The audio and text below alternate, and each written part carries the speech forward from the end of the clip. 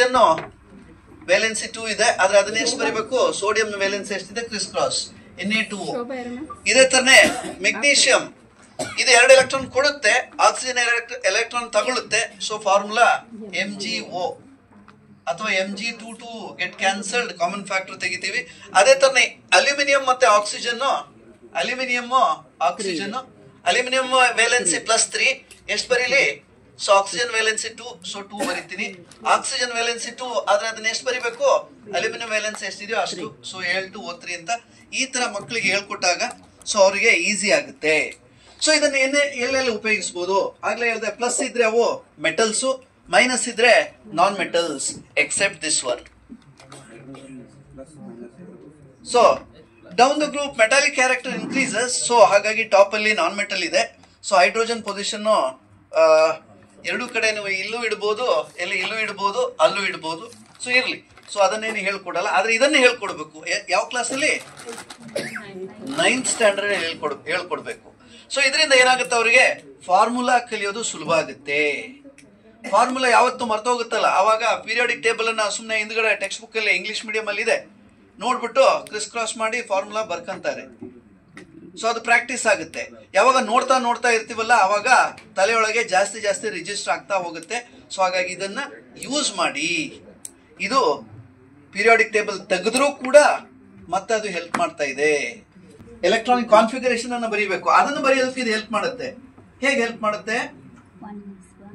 ಮಗುವಿಗೆ ಈ 20 ಎಲಿಮೆಂಟ್ಸ್ ಅನ್ನ ಬರೆದು ಎಕ್ಸಾಮ್ ಹಾಲ್ ಅಲ್ಲಿ ಫಸ್ಟ್ 15 ನಿಮಿಷ ಮೊದಲು ಪೇಪರ್ ಕೊಡ್ತೀವಲ್ಲ ಬರೆಯೋದಕ್ಕೆ, ಏನ್ ಮಾಡ್ತಾನೆ ಅವನು?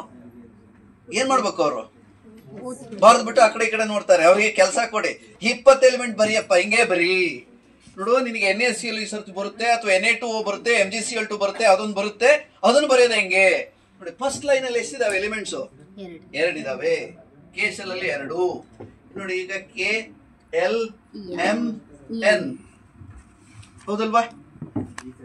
ನೆಕ್ಸ್ಟ್ ಅದಾದ ನಂತರ 2ನೇ ರೋ ಅಲ್ಲಿ 8 ಎಲಿಮೆಂಟ್ಸ್ ಇದಾವೆ. 3rd ರೋ ಅಲ್ಲಿ ಸೋಡಿಯಂ ತನಕ ಒಂದೇ ಎಲಿಮೆಂಟ್ ಇದೆ. ಎಲೆಕ್ಟ್ರಾನಿಕ್ ಕಾನ್ಫಿಗರೇಷನ್ ಗೊತ್ತಾಯ್ತು ಹೌದಲ್ವಾ?